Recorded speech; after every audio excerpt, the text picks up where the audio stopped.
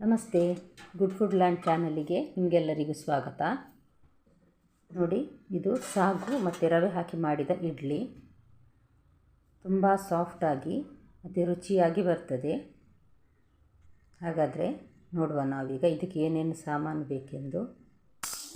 ಒಂದು ಬೌಲ್ನಷ್ಟು ಸಾಗು ತೆಗೆದುಕೊಂಡಿದ್ದೀನಿ. ಅದನ್ನು ತೊಳೆದು 1.5 ಬೌಲ್ನಷ್ಟು ನೀರು ಹಾಕಿ ಒಂದು 5-6 ಗಂಟೆ ನೆನೆಯಲಿಕ್ಕೆ ಇಟ್ಟಿದ್ದೇನೆ ನಾನು. ನೋಡಿ, ಈಗ ಚೆನ್ನಾಗಿ ನೆಂದಿದೆ, ಎಲ್ಲ ನೀರು ಇಂಗಿ ಹೋಗಿದೆ. ನೋಡಿ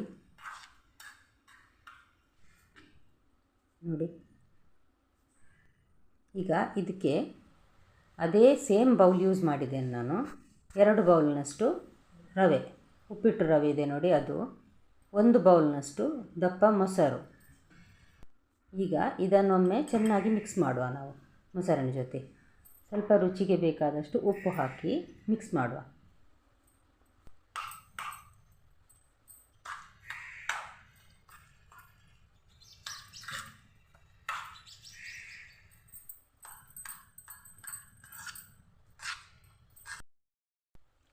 ಇದಕ್ಕೀಗ ಸಾಧಾರಣ ಒಂದು ಕಾಲು ಕಪ್ಪಿನಷ್ಟು ನೀರು ಹಾಕಿ ಒಂದು 10 ನಿಮಿಷ ಅಥವಾ ಒಂದು 15 ನಿಮಿಷ ನೆನೆಯಲಿಕ್ಕೆ ಬಿಡುವ.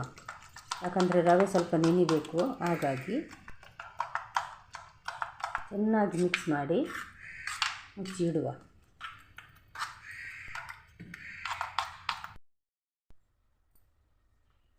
ಈಗ ನೋಡಿ, ಇದು ಇಡ್ಲಿ ಪಾತ್ರೆ. ಇದಕ್ಕೆ ನಾನು ಸ್ವಲ್ಪ ತೆಂಗಿನ ಎಣ್ಣೆ ಹಚ್ತಾ ಇದ್ದೇನೆ. ರವೆ ನೋಡಿ ಈಗ ಚೆನ್ನಾಗಿ ನೆಂದಿದೆ.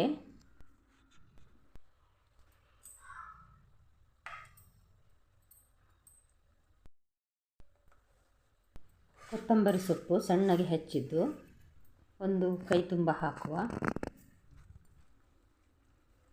ಅಂದರೆ ಒಂದು ಮುಷ್ಟಿಯಷ್ಟು. ತುಂಬ ಹಾಕಿದಷ್ಟು ರುಚಿ ಆಗ್ತದೆ. ಇದು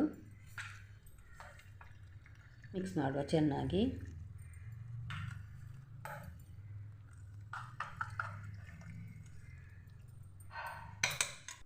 ಈಗ ನೋಡಿ, 1 tea spoon Eno fruit salt ಇದೆ ನೋಡಿ, ಅದನ್ನು ನಾನು ಹಾಕ್ತಾ ಇದ್ದೇನೆ.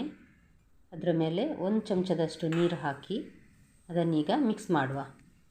ಈನೋ ಫ್ರೂಟ್ ಸಾಲ್ಟ್ ಹಾಕಿದ ಮೇಲೆ ತುಂಬ ಹೊತ್ತು ಇಡಲಿಕ್ಕೆ ಆಗೋದಿಲ್ಲ, ತಕ್ಷಣ ನಾವು ಇಡ್ಲಿ ಮಾಡಬೇಕಾಗ್ತದೆ. ಸ್ವಲ್ಪ ತಡ ಮಾಡುವುದಾದರೆ ನೀವು ಇಡ್ಲಿ ಮಾಡುವ ಹೊತ್ತಲ್ಲಿ ಹಾಕ್ಬೋದು.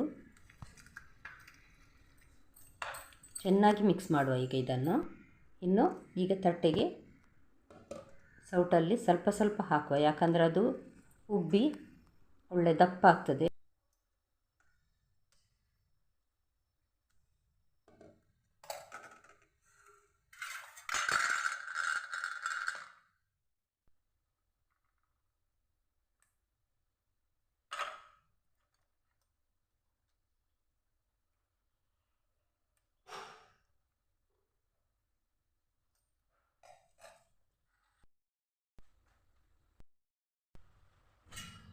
ಇದು ಇಡ್ಲಿ ಬೇಯುವ ಪಾತ್ರೆ. ನೀರು ಹಾಕಿ ಇಟ್ಟಿದ್ದೇನೆ ನಾನು. ನೀರು ಕುದೀತಾ ಇರುವಾಗ ತಟ್ಟೆಗೆ ಹಾಕಿದ ಇಡ್ಲಿಯನ್ನು ಒಂದು 10 ನಿಮಿಷ, 10ರಿಂದ 12 ನಿಮಿಷ ಬೇಯಿಸಬೇಕು. ನೋಡಿ, ಈಗ 10ರಿಂದ 12 ನಿಮಿಷ ಆಗಿದೆ. ಇಡ್ಲಿ ಚೆನ್ನಾಗಿ ಬಂದಿದೆ. ರುಚಿಯಾದ ಸಾಫ್ಟಾಗಿರುವ ಸಾಗು ರವೆ ಹಾಕಿ ಮಾಡಿದ ಇಡ್ಲಿ ರೆಡಿಯಾಗಿದೆ. ಈಗ ಚಟ್ನಿ ಮಾಡೋದನ್ನು ನೋಡುವ. ಚಟ್ನಿಗೆ 1 ಕಪ್ ತೆಂಗಿನ ತುರಿ ಮತ್ತು 1 ಗಂಟೆ ನೆನೆಸಿದ 2 ಟೇಬಲ್ ಸ್ಪೂನ್ ಕಡಲೆಬೇಳೆ ಮತ್ತು ಕೈ ತುಂಬ, ಅಂದರೆ ಅಂಗೈಯಲ್ಲಿ ತುಂಬ ಕೊತ್ತಂಬರಿ ಸೊಪ್ಪು ಮತ್ತು ಕಾಯಿಮೆಣಸು ಖಾರಕ್ಕೆ ಬೇಕಾದಷ್ಟು, ಉಪ್ಪು, ಶುಂಠಿ, ಒಂದು 4-5 ಬೆಳ್ಳುಳ್ಳಿ ಹಾಕಿ ನುಣ್ಣಗೆ ರುಬ್ಬಬೇಕಿದನ್ನು. ಮತ್ತು ಒಂದು 2 ಟೇಬಲ್ ಸ್ಪೂನ್ನಷ್ಟು ಮೊಸರು ಹಾಕಬೇಕು.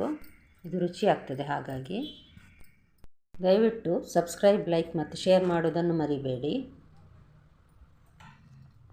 ಒಂದು ಅರ್ಧ ಟೀ ಸ್ಪೂನ್ ಜೀರಿಗೆ ಕೂಡ ಹಾಕುವ. ಚಟ್ನಿ ರೆಡಿ ಆಗ್ತದೆ. ಈಗ ಒಗ್ಗರಣೆಗೆ 1-2 ಚಮಚ ಎಣ್ಣೆ, ಸಾಸಿವೆ ಮತ್ತು ಮೆಣಸು, ಕರಿಬೇವು ಇಷ್ಟೇ.